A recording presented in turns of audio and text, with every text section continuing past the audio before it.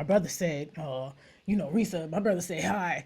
And she'd be like, hi, all the while. The gal, she not talking to nobody. That was You know crazy. what I found strange about that?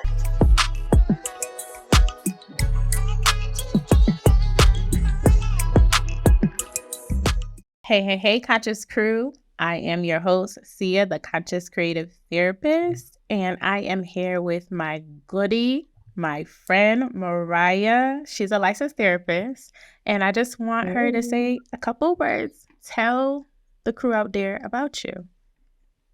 Hi, conscious creative crew. My name is Mariah. As Sia said, I am a licensed therapist. I've been in healthcare for almost 10 years, or if that. Worked with children, families, couples, did a lot of work, and now in the health tech arena. So it's nice to be here. Thank you. Yeah, I had to. So, fun fact, y'all. Mariah is the reason why I'm a therapist. I was in school. I had no idea what I was going to do in school after like undergrad. And me and Mariah, we used to go to class. I actually don't remember doing no work in class, to be 100% honest. Um, but I remember her telling me about grad school. And I was just like, I don't remember what I said to you, but she was like, oh, you should apply for this program. And I was like, okay. And I remember applying. Other than that, I don't know what I was going to do with my life. So We're about to tell our age because I'm over here like, I don't remember this. Girl, it was like 20 years ago. But I'm so glad we did school together because we definitely got each other through it. So we're talking about undergrad, graduate school, and still friends here. So I know. Life, right? locked in. We locked in. But you know who's not locked in? Reesa Teesa. So today we are going to be talking about Reesa Teesa. I put out a poll, y'all, on my YouTube and asked if y'all wanted a story on Reesa Teesa. 90% of you said yes, I'm ready with my popcorn. The other 10% said y'all are sick of it. But guess what? I'm going to give the people what they want. All right, so today we are just going to unpack a little bit about Reesa Teesa. For some of you guys that don't know, Mariah, please jump in. I'm going to try to make this real quick. Reesa Teesa took over the internet. Yes. Probably like 2 weeks ago. 2 weeks ago, she took over the internet. She took over everybody's weekend because I wasn't going to watch it. But then Mariah, you were like, oh, have you heard of Reesa Teesa? And I was like, yo, I'm so tired of people telling me about this. So I said I was going to go watch it. So I watched the 8-hour special, right? It's about a woman. She meets a man. Man lies, or he lies. She meets him, like, well, she was driving to Cheesecake Factory to meet him on some date, right? Her tire pops. Mm-hmm. After her tire pops, homegirl's calling the man, Legion, and she's just like, look, my tire popped. I can't make it, right? And so Legion's like, don't worry, I got you. He buys her a Share your location. Shared the location. Mind you, never met that man. I would never do that. I would never do that. Met them. He pops up. He pulls up. He does. And, you know, not only does he, I thought she said he was going to come and change the tire. Sir came and paid for a whole new tire. Now, I want to pause real quick. I'm not going to hold you. I would be so choked up if somebody came and paid for my tire. So I get it, right? But the thing is, she never met him before. She met him on like Facebook dates, or what is the app called? Like Facebook dating. Well, it's just Facebook dating. And she also matched with him on Hinge, she said. So there's two places they matched. They had some conversation and stuff before that, you know, so, but this is the first time she's meeting him. And so for this man to also go out on a limb and pay for this tire, she was like, okay, like starting off strong. Crazy. So he was already convincing from the jump. So then she goes on to move him in, right? Because I think she's like, it's around COVID. Mind you, this whole entire, when I'm listening to her, I'm thinking it's happened for years. Mariah, the girl said it only happened within a span of a year, right? Like a couple. Officially about like 18 months or something. This is a span of March 2020 until her last words with him were about December 2021. Hot mess. So it's been nothing, you know, but the bulk of it definitely happened this 1 year, you know, and so much happened in a month, in 6 months. You would have thought it was 6 months going on 6 years. Crazy. Because, right, so she had the baby. So fast forward, COVID hits. She moves him in. He's paying the bills. Mind you, I think she said like she didn't have a lot of bills, but she's still hyped up because here's a man coming in paying bills for her. And she's like, okay, Zaddy, I see you. Right. Then she has a baby. No, she doesn't have, she gets pregnant, right? At some point, has a miscarriage. And from that point, I feel like Reesa was like, God was telling, must have been a sign, but she was ignoring all those signs like we do. Right. Then, several instances were trying to buy a home, right? All of them fall through because this man got printed pre-approvals. He has fake bank accounts, but she's seeing these things and she's like, okay, you know what? He must be for real. Like, he got the money. I'm going to stick with him. Mind you, all these red flags are going off. For some time, I think I don't remember, Mariah. Do you remember what was the catalyst that was like, oh, she goes through the phone. Like at some point she goes through his phone, finds out that he's talking to some stripper or prostitute or something. And then that's when she's like, let me start fact checking. At that point, I took a break. I was like, this is too much. It's pretty long. It's pretty long. So I don't remember. Do you remember what happens after that? Like after she tries to fact check him? Well, he was like, talking to this other person, through the dating app or through the phone or whatever. He, at that point I think that was when he was feeling sick in like the knee injury. So he was in the other room. So she realizes like, hey, I came home and like everything is left the way that I left it this morning. So this man is really, something's going on with him. So he's been in the bedroom all day. Nothing has changed. I think that's when she said she had took the phone, went into the bathroom, started, going through stuff. And then she decides to do like her background checks and all kinds of stuff. And that's when she, I think this is where she finds the obituary, finds these different names. She then, goes and does open records on, the ex-wife. She starts to call up some of these people, and that's when she's getting information on who is it that she actually married. Crazy, right? Because she's also telling us, so we locked in, eating popcorn, drinking wine, telling our booze like, you got to see Reesa Teesa. She goes on to tell us later on that this man was, so all the time he's on the phone like, oh, my brother said what up, and he'd be like, hey babe, like this man was talking to nobody.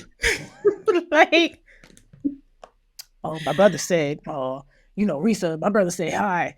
And she'd be like, hi, all the while. The girl, she not talking to nobody. That was crazy. You know what I found strange about that? Like, it's a whole nother strange on his part. But what I was thinking after the fact was they've been together for this time. And it's not a long time, but they've been living with each other for quite a while for people who have just met each other. And she says he's been on the phone with his brother like every morning, every evening with a best friend or whatever the case is. And all her contact with them has just been, hey, he said, hey, oh, you heard that? Like, that's crazy. Usually, if a friend calls you guys, y'all, cooking or whatever y'all doing, maybe you're on FaceTime. Maybe you're on speaker with each other. Hey, what's up? You crack a joke. If y'all together for some time, your friends know this person, you start to also be friends with your good friend's partner too. Like, hey, how are you? How's the job going? Or whatever the case is. And all she used to do was just, hey. Oh, she said, hey. And so it really just gave him like the little bit he needed to make it reality. And then she didn't find it no different because it was like, who the fuck is going to lie about that? Exactly. Right. But and I think you have a good point, because I'm just thinking in my own life, if my husband's on the phone all the time or my partner's on the phone, I'm gonna be like, oh, let me speak to them, especially because it's COVID, right? So you know that you can't go to someone and the only form of communication you have is the phone or FaceTime. Over some time, Zoom, yeah, all those things like, oh, let's hop on a FaceTime, right? Let's hop on it. And she didn't even think to do that. And again, I think we gonna get to that. And she does say, in the series a couple of times that she's met this cousin, she's met this aunt, she's met some people. But I'm talking about that everyday interaction where he's telling you he's been talking to his brother every day. We like this. And there's no one on the other end of the phone. You know what got me too? When I think, so fast forward, right? She starts doing her digging, talking to ex-wives, talking to like other family members. So they remember one of the, I think it was his brother, maybe the older brother was like, oh yeah, he's been talking to his cousin. His cousin died X amount of years ago. I said, so this man talking to dead people now? That's what really set me. I like, this man was talking to dead people. So crazy. She goes through all of that. finds out he's talking about he's a private citizen for some institution. They say he played like some arena football, which then she's like, well, she I finally didn't put. even Google that. Like, what is the arena football? Like, I've is that a never heard of thing? that. I've never, and apparently Google didn't exist in 2020 because she didn't think to Google any of this until after Right? all of this. Right? And she comes in the story, big 50 part to say, I don't know what that is. This. You I ain't making it this no better on yourself. Like you could have also looked it up and helped us out. Like I checked that. That ain't a thing. You know, she did check the records in the school. You know, sis went all the way through to registrars to collect information. All this stuff does not exist. He had never been to California, you know, so all of it is just wishing on the stars for him, you know, so it's just, and then the different socials, like there's just a lot of layers to the bullshit. a lot, and then so kind of fast. So I'm gonna let you because I don't remember what happens, but kind of tell them what happens at the end of this saga, right? Once, The end of the saga. yeah. So I think it was towards the end where he started peeing in Gatorade bottles, right? I think that's when we started to wrap this stuff up. But go ahead and tell them what happened, because my So mind is again, at that part is that's like when she had the last straw. I think, you know, she had learned some information that wasn't, you know, all of these things weren't true. She begins to just like feel like her whole life is this things she didn't even know about because everything was just revealing opposites of what he had told her. And he was in her guest room at this time. He was ailing from some knee injury, which she felt like was a bigger issue, but he wasn't going to the doctor about it. So when she told him, like, you need to get out, I don't know where you're going, but you need to get out this house. Like, you don't have this account because I checked XYZ. You said you had an offshore. You never showed the papers for it. We couldn't get none of these houses because you ain't got no proof of funds because there is no funds, you know? I talked to your brother who says you haven't talked to your twin brother. You have a twin, your twin brother, you ain't talked to him in years. You know, you told me your grandmother died, XYZ, your mother died this time. She just died, you know, just '08 or whatever. Like you made it seem like she died right now for COVID, you know? So it was just all this back and forth. And he had these explanations trying to give up to her, but she was like, I'm not with it. Pack up your stuff and get out tonight. Right. It was at this point where he was taking his sweet time, pulling things around where she had seen the bottles of pee. He wasn't getting up to do anything. So that just made her more irate. And she was like, get the fuck. Right. So she tells it's like a total like 2 hours for him to get some bags and stuff together to get out of the house. And she didn't care where he was going, just as long as he was out of her house. She says for some time after that, um, she visits him to give him the divorce agreement so that he could sign off on the divorce. In this divorce settlement, whatever he left in the house now becomes hers. But he didn't read this paper. He just signed and did whatever he needed to do and was on his way. She gave him $6 from chicken nuggets because he was looking tore up. Hold up though. She said she met him at a 3X by this time in August. No, this is July. She said she drove up where halfway, and he was looking like Excel in his baggy clothes. There was a bunch of stuff in the car, so it looked like he was homeless, living in the car, not with no family and all this stuff he'd been telling her. That's crazy. It's wild. So $6. I bet you never give him nothing at all. right? Because I don't know what you doing with $6. She said, I'm gonna give you $6 for some nuggets. Did you really feel bad, or it was more like, let me just boost my own little ego for that moment of like, all right, it's a $6, yeah, like mess. And so then you know what really got me was he had a twin, and I think because again I was falling asleep because it was so long, and I forgot to when I started rewatching, I forgot to put it on 2X, so I was watching it regular again, and so when she said that his twin was the VP of a company, because this is what we forgot to tell y'all. So when she met him, he told her that he was like some VP of a condiment company, and like he's driving this big old car and was gonna get her a car and all these things, so many things that she promised him, or he promised her, to the point where now we're finding out, oh, the life that he's portraying is really his twin brothers. Yep. Insane, right? And so then basically at the end, he goes to weekend jail or something like that, right? Or who knows what that is. No, she finds that, you know, in his bag, that he always had in the house. She snooped through it and she saw some records and papers of some time receipts for time spent in jail on the weekends. She asked him about that. And he was like, I don't know what you're talking about, but she saw the papers for it. The ending is that, they pretty much separate from each other. And it's in August where her lease is going to be up. At this time, he's still homeless. So he starts calling her up. She says that he must have found out from somebody that legally he has rights to be in the home because they're still married. So he's calling her 30 times a day. She says, texting her all this stuff through Facebook Messenger, saying, I'm coming home. I'm gonna find some money, but I'm coming home. So she starts to fret because she's like, I have a new place. Like I told you I was gonna move and I got it, but the caveat is it's in a few weeks and this man said he's coming here. Like, what can I do to prevent this from happening? She can't move earlier. So she's like, what else can I do? She ends up getting like the law enforcement involved. They tell her like, he has a warrant out for his arrest. So when he does show up, just call us and we'll scoop him up. So she goes this route, and they scoop him up. The car that he has, she ended up calling the car company to repossess the car. So by the time he comes back out, because the warrant expired, he comes back out, he ain't got no clothes that he had in that car, and he ain't got no car to get around him. So his ass is grass.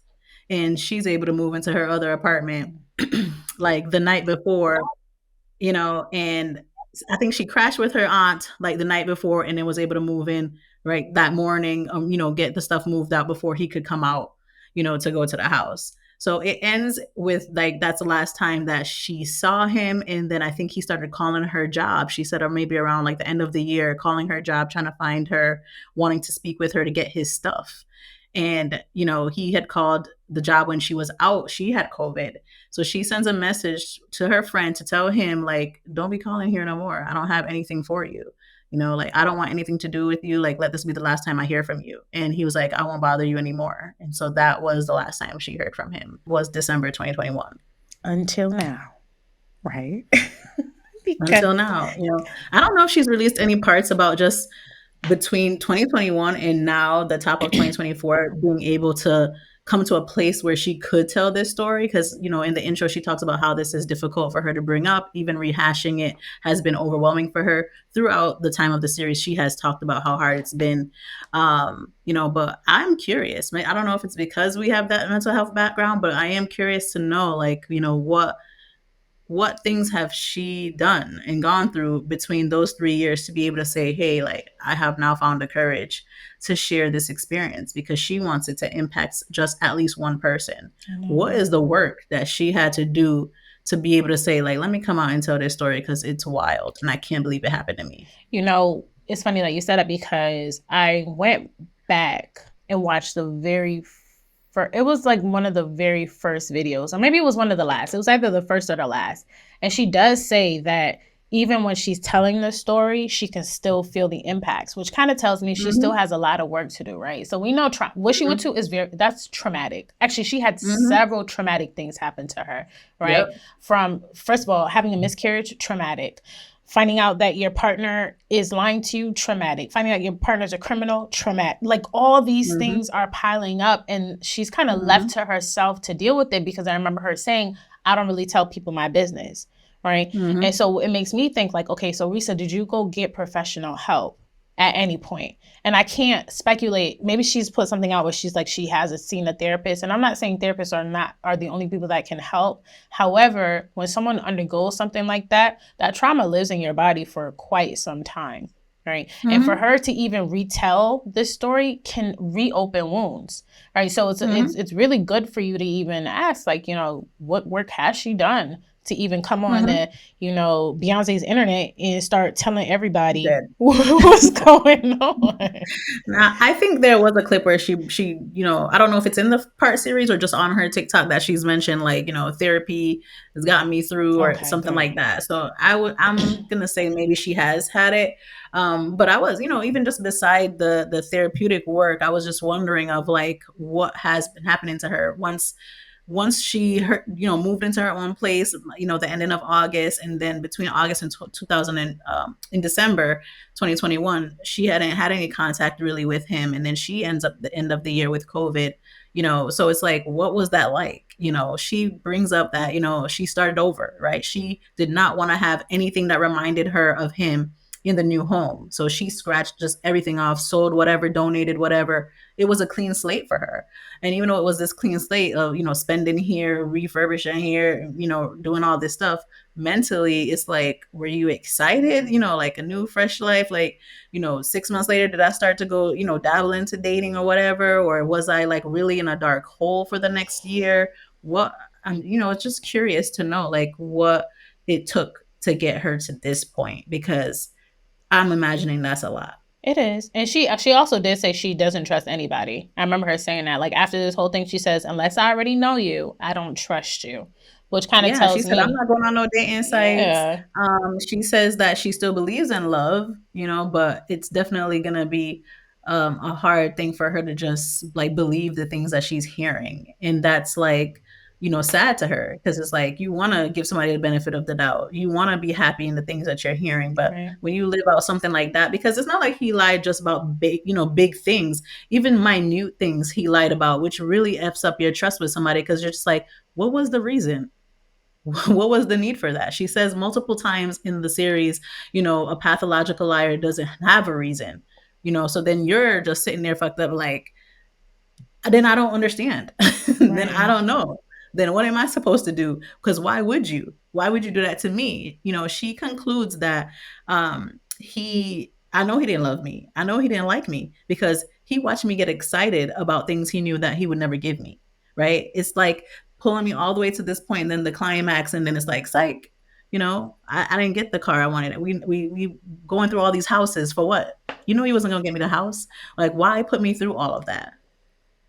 It's crazy. It really is, and Yep. and it's hard to watch someone go through all. Well, me, I ain't watch her go through it, but hearing her go through all of that, it kind of Yep. just it makes you even second guess your own life, right? Like, hold on, do I need to listen to all my significant others' conversations on speaking now? Like, you know, and so I'm really hoping that she is truly still getting the help she needs because, like I said, she reopened a wound and now she's going Mhm. on national television, like was it the morning show and things like that, just to tell her story. And Mhm. we do know the more we relive trauma, the deeper the wound can be if it's not properly processed, right? So if it was Mhm. maladaptively processed and she's not really in a place to where she needs to be, it's not gonna help, right? And then on top of trusting people, she has all this. I don't know, is it fame that you would call it? But she has like the spotlight on her. So now it's even harder because I know celebrities say it all the time. Like they struggle with trusting people just because of their fame. It's not now I'm wondering how that's going to impact her because she is nationally and perhaps even internationally known at this point. Right. So I want to kind of segue into red flags, right? United Nation Mhm. of red flags. Yep. While you were listening to her story, what was the first red flag that you heard? I would say around the early parts where she's saying like, we're talking and we talking for hours. We hit it off. He had a lot of information to divulge, and usually like it's like I gotta peel it out of, get it out of men, but he was just so like talkative. So I don't know if that was just him trying to put his best foot forward to her, but that kind of was like, like, what is he trying to do with like all this information that he was slamming at her on the first conversation? And then followed by where it's not even about 2 weeks that they've been talking or dating, and she says that the state shuts down, and then we're thinking of like quarantine. And her words was like, I didn't want to quarantine by myself. And I'm just like, were y'all official at this time? Or were we, just talking and dating? Like, it doesn't seem like they had gone to each other's homes, Mm-mm. about one or two times. And she had already said in her mind, like, I don't want to quarantine alone. Granted, none of us knew how long this quarantine was going to be for us, like how serious it was going to be. We just knew we need to stay inside, protect yourselves. And for someone that you haven't met, for that long, and, I don't know what part of the story for her felt comfortable enough to stay with him Yeah. during this time. And then she has this nice townhome, 3 bedrooms, 2 bathrooms. He has a studio. I mean, FaceTime and Zoom and all of these things still work, boo, for y'all to continue your dating period, long distance, like y'all was doing on the app, Right. So now that you've met, you should, I would I can't say should statements for people, but it's more of like, how come you didn't have that inkling of, does this seem right or feel Right. right to actually quarantine with this man that I've only known for 2 weeks? I mean, it must have been the best damn 2 weeks of an impression for you to say, I don't want to quarantine alone and let it be with this man. Because you Right. could have said, I don't want to quarantine alone. Let me go see my mama. Let me go to my auntie. Let me go to my friend Tracy or whatever her name is, and from work. But you decided 2 weeks with this man, and then he gonna come to my house because I'm not about to cram up in no little studio. Mm. I So forgot about that that. I think was the red flag for me of, you know, our spaces is our sanctuary, and you as a single woman, you have this home to yourself and you just bringing anybody into it. And we want to quarantine for how long? We don't even know at this time with this man. So that was interesting. That was the first red flag where I was like, girl, I know when things are feeling good and you're excited about a new thing going on, but you also have to pace yourself in those moments too. It could have been where it's 2 weeks and okay, he want me to come over. I don't know if I'm ready for sex, like, and you end up doing it, whatever. Do what you got to do and something to that capacity. But then to have him come home and then live with you, and then he never left. He never He left. never left. And then it felt like everything was happening in a week or 2 weeks. 2 weeks later, we're gonna look for a house. 2 weeks later, we need a new car. 2 weeks later, I'm pregnant. It felt like everything was just coming for her so fast that she didn't even have the time and the pockets in between to assess what was going on for her to be like, you sure? Are you bugging? Are we doing the right thing? And I don't know She when those things checked her, but she did mention like, I felt like I was running out of time and somebody that's coming to pay the bills and all these things just felt like such a burden lifted off of her. And I understand that. But it also is like pacing yourself because as soon as if we are being real, a lot of us have been in that space of always serving ourselves, always Mhm. serving others, and so feeling like somebody else could do it for you is such a relief. And because you've been the one to take care of yourself all this time, there's no doubt that some of us have had to say like, is this real? Yeah. Is this real? And did that light bulb come off for her to say, is this real? Like, okay, can I put my guard down?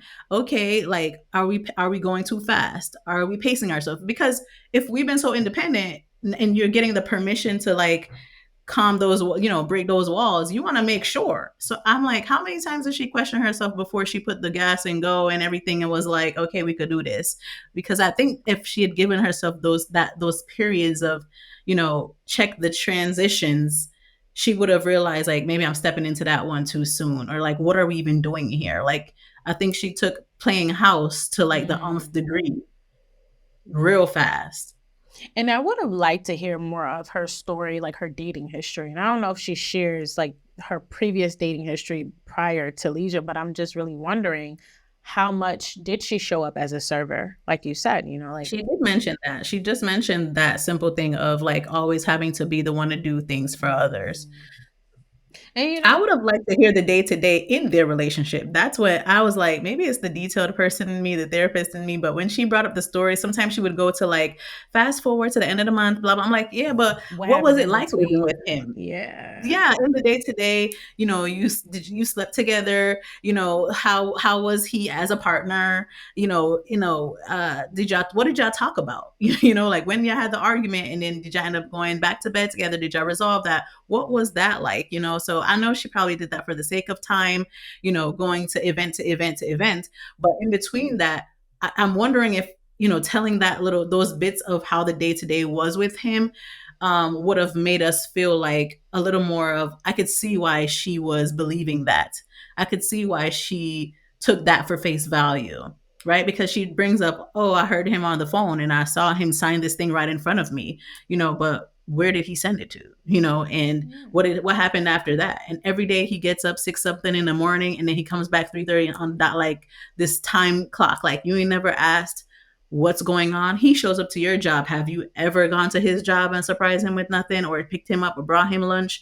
Just what is the dynamic, the day to day, like when he comes home from work, you're still at work. He comes back. What's that like? Did he cook dinner? Did you go out? So it's just those little pieces I think would have put it together and said like, so they had like this good relationship, and then he just effed it up because he just started lying. Like, I think He those links started would have been a lying. little more.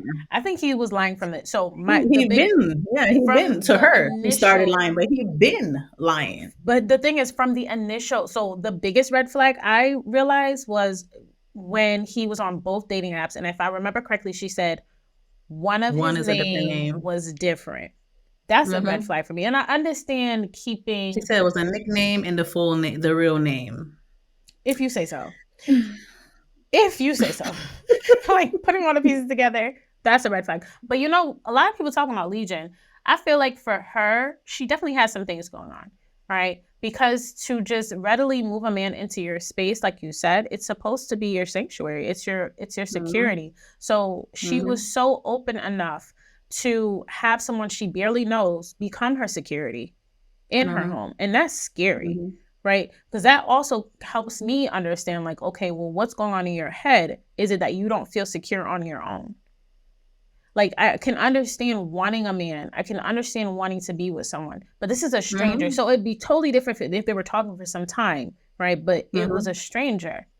And Mm-hmm. she got caught up I in can't say them. that she don't feel secure on her own because she was doing well before meeting him, right? Not Again, it's financially, a secure three. emotionally on her own, Okay.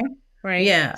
Well, we could say, she even knows that she was not, right? Because she brings up, you know, so you ask that question of like, is she thinking about, this as a red flag? And what is she thinking about when she brings him into her sanctuary? I think that was eased when she realized like he coming in and he gonna pay the bills. Like, Money. we all set.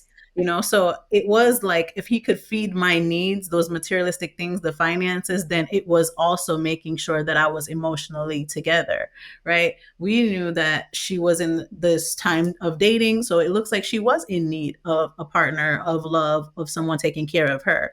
And when she did, finally receive that from this man, she was like, Lord, this is it.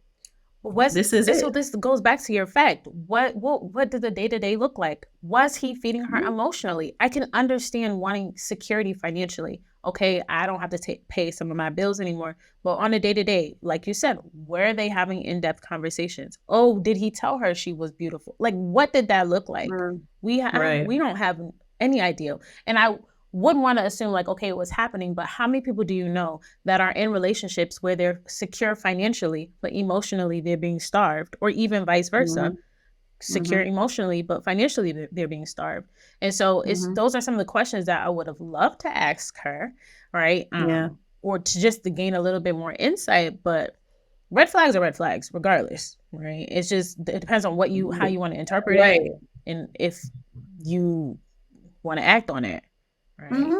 And she brings up some, those red flags and, saying in her interview, that Good Morning America interview brings up like, oh, I could see that was like a red flag, but I interpret it as like a pink flag. It wasn't that big, Oh, I didn't see or that interview. God was giving her those signs and she was taking it as like, I think you're just trying to, test me, I'm gonna stick here because it looks like it's just a pink flag, and it's like, she said she had to repent because God was showing her all these things and she was taking it as like just this bend, it didn't break yet, so I'm gonna continue going, Lord, until like it really is overflow, so she was like, I had to really go back and say like, thank you for seeing She me said that in through. the And interview, like I mean, in Mhm. the TikTok series, or like on. In the Good Morning America interview. Oh, she must have done some She did, heavy reflection so because there was just, a lot of the red flags that she's just like, I can't believe I passed them up for the sake of somebody doing for me, yeah, for the sake of doing for me, And so maybe that's why she didn't really bring up too much of that emotional stuff in the series because to her it was, a man is who can provide for me, what he can do for me. And how many women do we know having that mentality, yeah, of men just as solely providers versus like they are emotional beings as well. yeah. So, you know, emotional beings in terms of like giving and receiving that emotional side. So, she could probably be of an upbringing where it was like the man's supposed to do, the man's supposed to provide, and he was doing that, and we was happy in house. One of her regrets, I think she talked about, like, when she had, like, the miscarriage, she was really upset about, like, the part that she really can't let go is that he lied about having an executive assistant. When she was texting that executive assistant, it was him who was replying to her, and the fact that, "You didn't wanna bring me to the hospital to have this surgery for your child that I'm carrying." So, I think that was one big thing that has But still stuck with was it her that that he she learned didn't from. want to, or was it that he could I mean, he could have, right? But he also didn't. Yeah, but he didn't I don't know, because I feel like he went to work saying that he had gotten a promotion, so now he has an executive assistant. I won't be available, but this person, if you reach them, then they'll reach me. So when the doctor was done seeing her or whatever, doctor called him, but he was like, "Oh, you could just leave the message with my assistant, blah blah." I was like, "I'm not giving any confidential information to no assistant. HIPAA. Like, you need to, yeah, that's what she said. She was like, "HIPAA, like, you need to get your ass down here, or I'm gonna talk to you directly or whatever." So then they finally got a hold of him, whatever, and then he was like, "I'm on my way to come pick her up." So where were you? Even if he was at work, then you just say you're at work. But why is this middle person involved? She says there was no executive assistant. He lied. So when I texted you and this assistant answered, it was you just responding back to me instead of getting the fuck up and coming. Like, or if you couldn't make it, obviously we have meetings and whatever the case going on in our lives. If you couldn't make it for that day that we scheduled the appointment for, just say that. Why is this whole uproar about, I got a promotion, I got an executive assistant, call him and then he'll get in contact with me if anything goes wrong? She was so like, this has never happened to her before. She's distraught. I want my partner to take me to this appointment. She got to like look around at who else can help her. And that adds on to the trauma, right? Yeah, I just she want was under like, "Are you yeah. actually here for me?" So I get that. But that's the deceit, right? And so when we think, so before we started recording, we were kind of talking about how we did our own assessments, right? And when you think about deceitfulness, sometimes, right, I will say on a subconscious level, if someone's going through something like schizophrenia or bipolarism, I don't even think they understand the level of deceit that they are portraying to the other person, which I know this is going to be an unpopular opinion, but I actually feel very sad for Legion. I really do. Right. Especially because I don't know if I think at one point they said that they tried to get him help or he was getting help and then he stopped getting help. But these are serious diagnoses that you can't just be on the loops with and interacting with others, because then you'll have Reesa Teesas where now you're interfering with the well-being of another person. And it's so Mhm, scary to think about, right? mhm, I don't know about you. I've had two schizophrenic patients in my life, right? They don't mhm, present like how he presents, but there were mhm, episodes and where I'm like, well, I'm actually really happy that you're here with me because I can help you, right? And mhm, honestly, when people are going into episodes of schizophrenia, you have to meet them where they are, right? So mhm, in a sense, I feel like I feel like Reesa helped because she wasn't really, how to say, she wasn't detesting what he was saying, but she helped like unintentionally, right? Because if you tell a schizophrenic patient like what you're saying is wrong, they kind of start spiraling, right? Because they believe in their head what they're saying is true, what they're experiencing is true, all these things are happening. It's true, it's their reality. And in a mhm. sense, I'm like, her going along with the story probably kept her safe. Only Hmm. because I know what it looks like. And have you worked in a hospital too before, right? Or no? I don't remember. On some occasions, I've like worked in a hospital or met for crisis calls in a hospital. Okay. So maybe you've even experienced it when they are off the rails, they're off the rails and they can become very violent, which then makes me scared Mhm, for Reesa. And I'm glad she dodged a bullet and God was really watching her, right? Because mhm, anything could have happened if mhm. he had Well, a we know violent. those. We know those things happen on like a spectrum, for a lot of those cases of like schizophrenics, for those who's struggling with bipolar. He never gave any sign throughout her story of being aggressive Not through in her that way. story, but the wife Yeah, through said her that story. the wife said that he got arrested for being aggressive with another woman, right? That he tried to bring into our apartment or something like that. And that's why I said, when when it goes down, there's no stopping. So, let's bring up that story. And not to say that he can't be violent, but we'll bring up that. So the story, when she does hear about the other woman in the restraining order that was against him and the other woman, it's that she had found out the lies he had told. So she hears this from the aunt, that the lies that he had told, the woman beat him up No, not for that whatever, story. I don't even know for that. whatever, yeah, for whatever, situation there was going on, and the lie must have been so big that that wife beat him up, kicked him out, and then he asked for a restraining order against her. I'm dead. So that is what some of her latter episodes she brought up. So I don't know if he has a history of the one that's the aggressor, but it sounds like because of his lies, he can get his ass in trouble. But what about the one where he tried to break into somebody, like a person's apartment?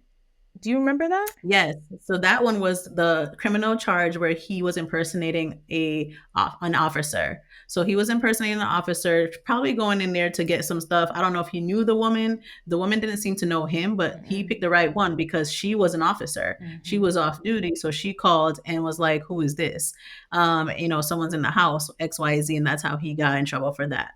So I don't see the history of, just based on her story, obviously, that he has been a violent person or had violent episodes. But I will say, on top of like them spiraling, if you call them out in a lie, they're very quick.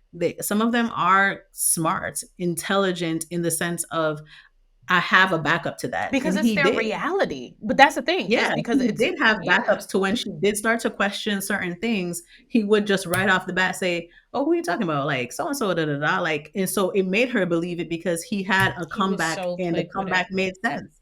Now, when you are catching them with truths, they will spiral. They'll start to stumble. They'll start to like gaslight you because it's just like you throwing me off. Like my reality, the things that I put out, the everyday of my acting, of who I am, who you think I am, you trying to throw that off, right? And that's when you'll see them spiral. Some of them may get aggressive, but some of them will just be like, "I don't know what you're talking about. You must be doing XYZ, and that's why you're putting it back on me." Because he then, when he gets kicked out, tells his family that he caught her cheating and now she kicked me out of the house, right? So he tried to make her look bad for why he's now out on the road, right? Instead of owning up to all of the lies that he told, right? So that's the trail and the trend that I notice with them, is that they'll turn it right back on you and try to make you look like you have the issue because they don't want to deal with what's going on for them. So specify here. When you say them, right? Are we talking about people who are dealing with schizophrenia or bipolarism? Because they don't. So for audience members or people listening or watching, they're two different diagnoses. So they don't always have to be coupled together. You can have someone suffering from schizophrenia. You can have someone suffering from bipolar 1, 2, the disorder, right? Do you want to give them like a one-liner of each of them? Girl, no. So So what do you know as the difference? Because you're trying to differentiate right now. No, because when you said that when you notice the spiraling with them, for me, I was gonna say I noticed the spiraling with people who are suffering from bipolar disorder, and if you're having like a manic episode, they can start to spiral, right? So that's why I was asking you to differentiate between. Are you speaking about when someone's gone through like a schizophrenic episode or like a manic depressive episode? That's what I was asking you this. Oh, okay. Because when I was following you, I kind of heard you say schizophrenic first, and then you talked about spiraling going down. But I'm thinking of like in the bipolar, and it could be a bit so, because schizophrenic, you have like one of the criteria of delusion, and so he's lived this life as this he thinks is reality when it's not, and then created more. But there's an overlap on top of it with bipolar and that's disorder where the overlap too. is. Yeah. So you orchestrate this other life, and when it doesn't go like that, it could really be 0 to 10. So for him, and the bipolar, came in, I feel like he didn't really go 0 to 10 or 0 to 100. It was more of like when he had a clap back, for something that we knew was a lie, and then he just jumps in and says, well, yeah, like I was over XYZ, da da da, or you know But also, I'm not Mariah, I'm not though, gonna show proof of funds because like they need to accept the offer and then I'll show proof of funds, because he didn't know how to scramble that's him together being to manic. actually get that, But I want to you know? also note that there is an overlap with the delusion. Oh, there's a piece of hair in my Yep. face. Because when people, I forget when, but with the bipolar too, you can have thoughts of grandiose. So like, Yep. so thoughts of delusion also fall into bipolar disorder, right? Mhm. And all of those things were there, but obviously she chose to ignore them. So here we Yep. are, right? Mhm. So, And she talks about, having a history of like, taking some psychology courses or entered oh, school did with she? psychology, didn't end school with psychology. So this is like something that was like touching or being familiar to her, but not to this extent.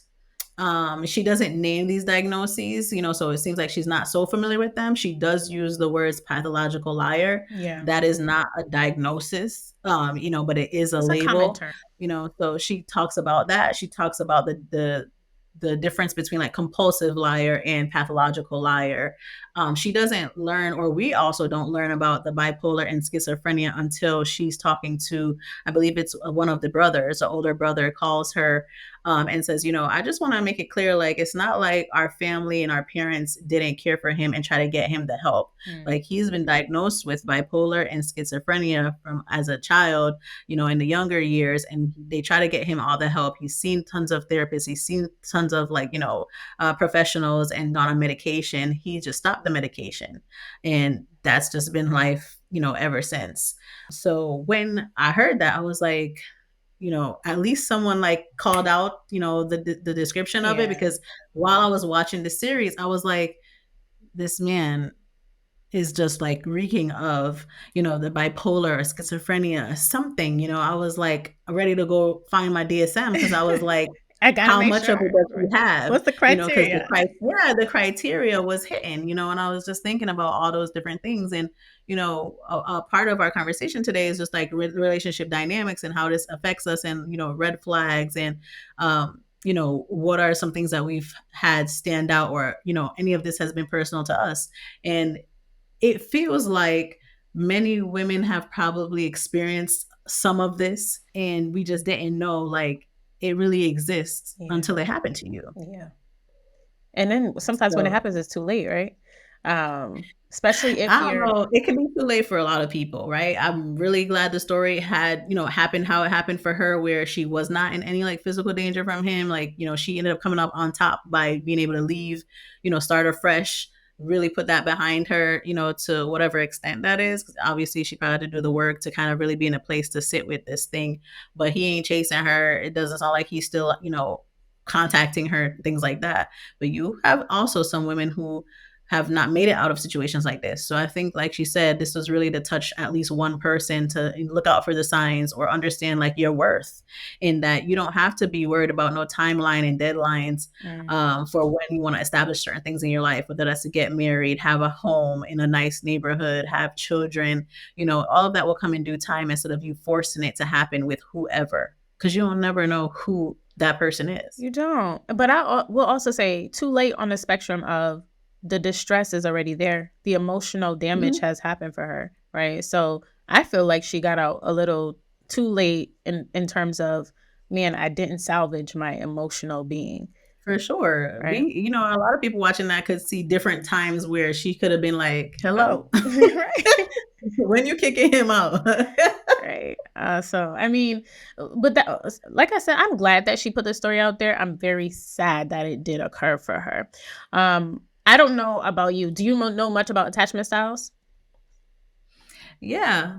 So, I would say that, there's, we have that secure attachment, our insecure attachments of anxious, avoidant, RAD is, a trauma attachment disorder. So mhm. there's a lot, to unpack with those as well. So for me, so a lot of the time, so a lot of the things that I do in the podcast is I'll watch certain things and then I'll talk about attachment disorders because that's like one of the more relatable things that audience members or listeners can relate to and can research on Okay. their own.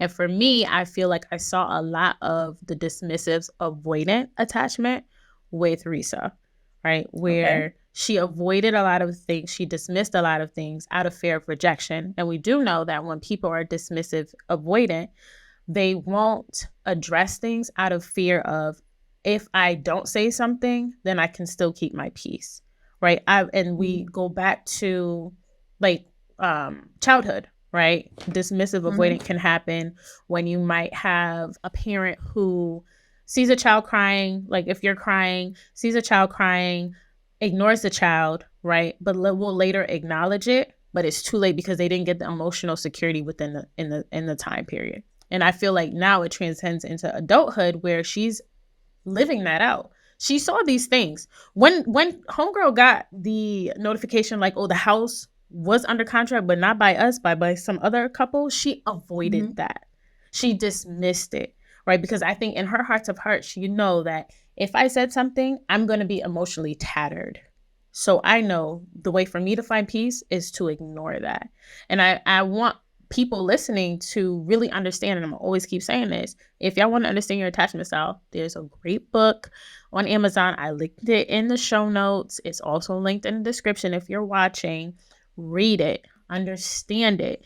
Your attachment styles show up in your friendships, in your familiar relationships, in your romantic relationships, and the way in which for you to overcome or work through your attachment styles and to understand your attachment style.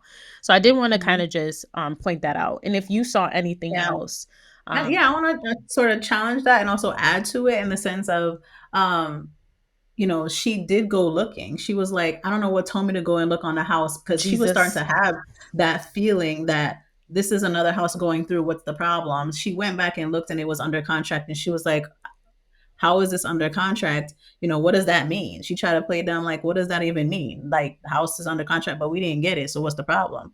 And then he said it fell through because of XYZ. So she did question that. It's just a matter of like, his response back was so credible to her that she was just like, okay, maybe it was just not meant to be to have this because it keeps going through. And she kept having these face value facts. Like, he showed her like the bank statement for XYZ. He wrote the contract up and signed it or whatever. This time something was emailed to her and she had him sign it. So everything felt like, she was in the know Did you read now. that letter Right? though? Did you see the letter? No. You ain't see I that don't even think it had pre-approval? I don't think it had like a letterhead or something No, the like that on there pre-approval letter too. though. Did you ever? No, I I didn't read, see it. girl. If Risa had a lick of sense, and Lord forgive me, respectfully, Risa, if you see this, okay, bring. What if you go when you leave this? Go look at that Yeah. pre-approval letter. Ain't no way she read that letter and said, "Oh, this is legit." Okay. Listen, like I said, she went through that bag and found so many different receipts and papers and things like that. I think that's when she found like some, papers, and then she looked at Google reverse search and then found that all of these were Google pictures, whatever. It's not till too late for her that she finds all of this out. And I'm just like, why you didn't start questioning that stuff from before? So what I wanted to add on to about the attachment styles, you bring up dismissive avoidant, there's a mix of like that anxious avoidant as well, because That not too. of disturbing her peace, but it's more of, if I continue to disrupt this system, then I lose on this attachment, and could this be it for me, right? Because she's been talking about the timelines, the deadlines, like, I wanted so bad for this to work because I had to make it work. Like, Yeah. I'm of such age. I've been wanting to move. I've been wanting to better this for myself. I've been wanting to have a marriage. I've been wanting to have kids. And this man is, supplying my needs by trying to make these things happen for me. And right now he paying all my bills, which means he is stable. He is. So I need this to work. And so that's where I feel like the anxious avoidant, could have been a play as well of like, I need you, but I'm not sure about what you're doing. Yeah. So, but if I say something about it, like, could this really be over? Right. I Mm. mean, the whole, theory about the anxious avoidant is really like, I love you, I hate you type of thing, that push pull type of situation. So in that spectrum, like, you don't really see her with that attachment, but on another level, you could see where there were opportunities for her to end this, but she decided to continue playing into it to see if it could get better, because she talks about like, I didn't want to hear from other people saying like, I told you so, or it ended so quickly. Why the fuck do you care about other people? You said you don't really talk to other people so they in your business, but you also care about what they think if something doesn't happen. So many of us have gone through, quick dating phases or longer term things that don't work out because it's not serving you. So at what point did you find that this wasn't serving you? Because there were so It's when many he peed points in the where we bottle. find, that it wasn't serving her in the way that it should, Yeah. and she still stayed because something justified it. This thing made it make sense. This thing, da da da, until the lies just started unraveling. She's like, what the hell? And then saying like, if I knew of his criminal history, then I definitely wouldn't have pursued him because I have boundaries. I have like criteria that's a no for me, a deal breaker basically. But there were times before that she had checked many different records and things like that. So this is later on in the game, and I'm like, so why she didn't do the criminal background check from the get go? Especially working in law enforcement, why she never do that? Like, but right I feel at like the time when she moved in, she could have paid for it at any point. I feel like she also wanted to make note that she didn't use the system while she worked there because we know that she would have gotten in trouble. Right. She said that. Yes, she says that she paid for it on her own outside of the stuff she knows better. But I'm curious to know why she didn't think of doing this criminal background check when she moved him in. You have this is like your thing, because she asked him at the time, he said that he was, really someone of the law, obsessed with law enforcement. He's great. He's no record, all this kind of stuff. But if you asked that and you felt like that was a little, especially when you kept going back to the school business and you weren't thinking that was real, at that time would have been a good time to do that criminal background check, because it seemed like this ain't the first time she did one. So what took you so long to get to it? She was in love. She was infatuated. She was in something that I call the euphoric stage. Everything But she didn't really even talk much about what that felt like. What's in love, and when did she feel infatuated with him? It was at the point where she moved him in and he was paying her bills. I think so. Like, She what didn't have to point say it. was She like? didn't kick him out. So, yep, that's she was I like, guess, I'm saving. She because did we say kind of that though. know. She said she's saving Mm. money. And we know that as women who are serving ourselves, if we could keep a coin and save a coin, we gonna keep a coin and save a coin, and that's gonna feel good. It's gonna Listen, she release said he that was giving her oxytocin. allowance. He was giving her spending money, so she Hello. was, in a good space, But I don't know. It's been an interesting story, and I have definitely had my share of the deception in this type of way, and it really does, have you thinking of the people who have two different realities and how they really go to sleep at night and wake up the next morning like it's time to be this next person, and what is it serving, right? So I had to do that deep dive, as a professional, and then just as a regular me, of like, what does that even mean? For me, I think there's a trauma. There's something that he's been going through as a child or whatever young age, and it manifested itself in this way of, I need to, I act this way so that it pulls in for me the things that I need and what I didn't have. What I didn't have as a child, what I lacked, what people made fun of me for. Those are the things that now, as I'm older, I'm able to manipulate around to gain access to those things.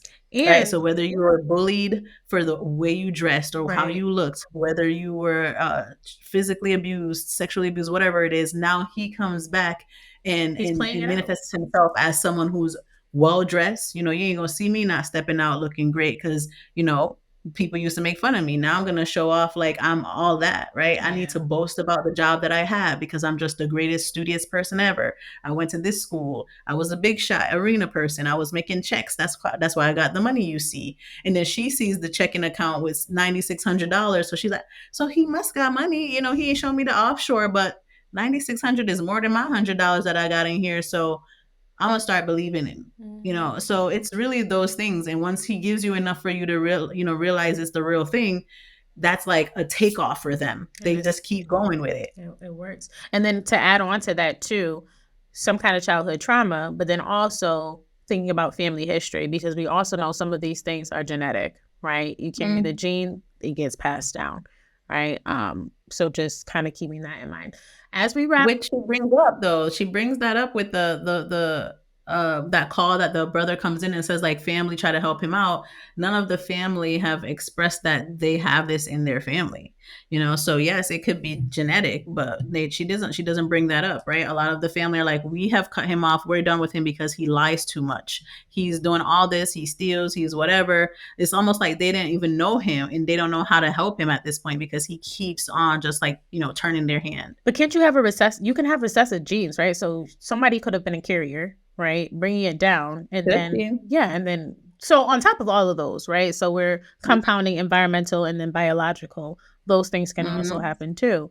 I'm curious to hear though, from you, how would you advise someone who went through this? So how would you advise Reesa Teesa to kind of move forward from such trauma and to establish a healthy relationship again? Because it's tough.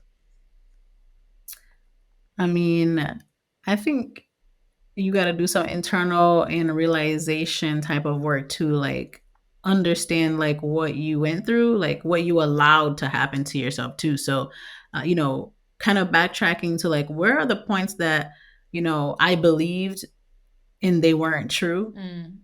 So that you can kind of understand like maybe what was going on for me at that time that made me allow that, and once you start trying kind of doing that work of understanding like where you stood with some of the decisions that you made, it's like you're owning up to your mistakes, because at this point I can only assume that you have parted ways with this person that has done you wrong. So right now you're only worrying about your well-being, and that is to understand where you went wrong, taking accountability, which she has done, and understanding what was the need, I was trying to fulfill to be able to say yes to this, understand this, forego this, dismiss this, allow this. And then, it still is hard work to where really speaking to those that are, filling your cup, whether that is friends, your parents, a family, and a professional, because this isn't a traumatic experience. It doesn't have to look the same for her as other women, but she has gone through in just a year, a marriage, shacking up with someone through a quarantine, which was like new for all of us. She gets pregnant, goes through this traumatic experience of dispelling the baby. It was just so much going on, that you need to wrap your head around it, and you may not be able to give yourself that fair shot without like really speaking to someone, professionally about what you actually went through, right? Because again, going through the motions, she just dismissed a lot of the things that was going on around her, thinking that he had a viable reason for it, XYZ. So you didn't really know exactly what you were experiencing until it's called out, or an outside lens looking in. And so that's where I think that the professional comes in to give you that other insight of like, so what do you think was happening around that time, and could it have been XYZ, because this is what it showed. And she's having these aha moments of like, shit, like maybe that's why it was coming up for me that way, or maybe I didn't look at it this way, as she called it on the Good Morning America, the pink flags. They weren't really full on red, but that was kind of a pink flag, God. So it don't really count. Let me continue going on with this. So those are really moments where I feel like, helping someone get through this is to do that inner work, acknowledging where you kind of made the poor decision or what made you make such a decision. Because moving forward, she says she believes in love, right? Still wants to have that, happy ending. And so for you to do that, you got to do that inner work on what were your needs you were trying to meet. And then how can you not make those same, decisions, or fall into those traps? What can she do to be more alert? Because you definitely don't want to then turn into someone that's neurotic and you're checking everything from A to Z, because this can definitely happen to people, but you want to give yourself that sounding board of what should I check, and what should I like take for face value versus kind of questioning a little more. And I just think that will happen once you start to feel secure in yourself and answering those questions of where you went wrong, so that when you're in the face of a partner or someone you're trying to date, you're not giving them 21 questions on the first date. You want to come back natural.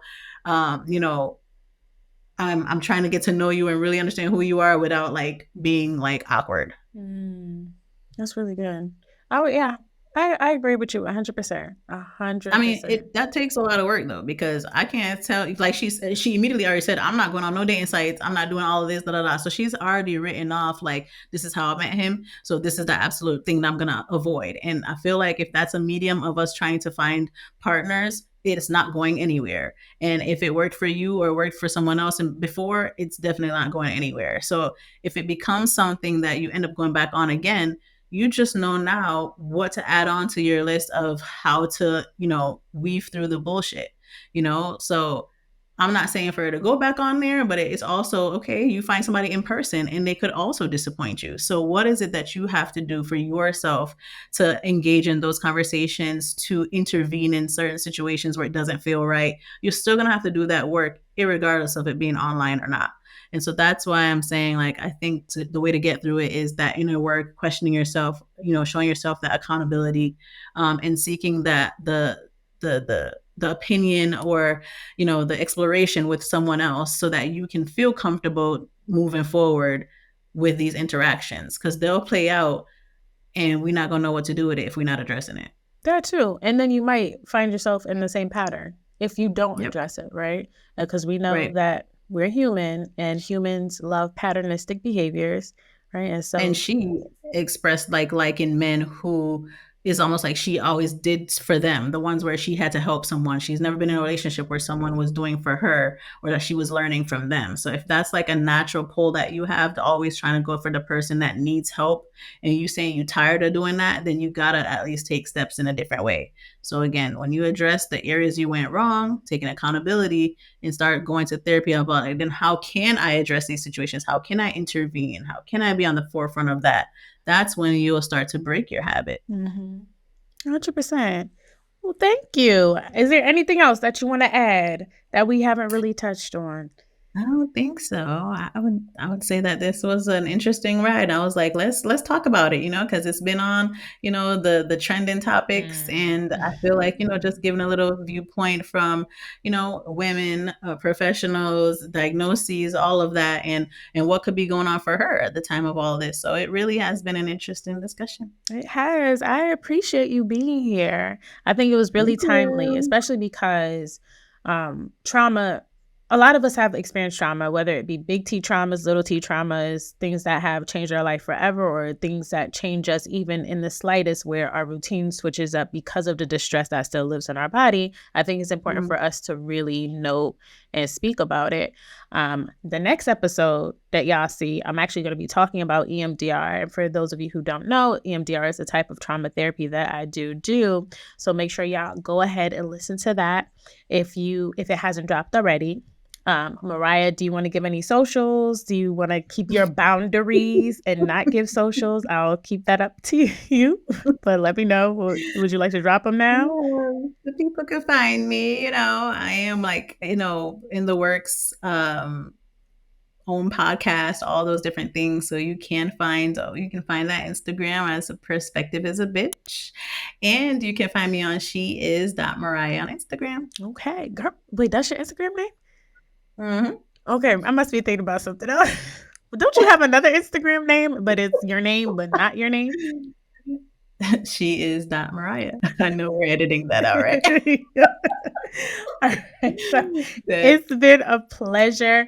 Make sure you guys like and subscribe for my viewers. For those who are listening on your podcast platforms, please be sure to leave a review. You could like it, you could hate it, you could love it. Just let me know. Any feedback is good feedback for me. I will see y'all in the next one.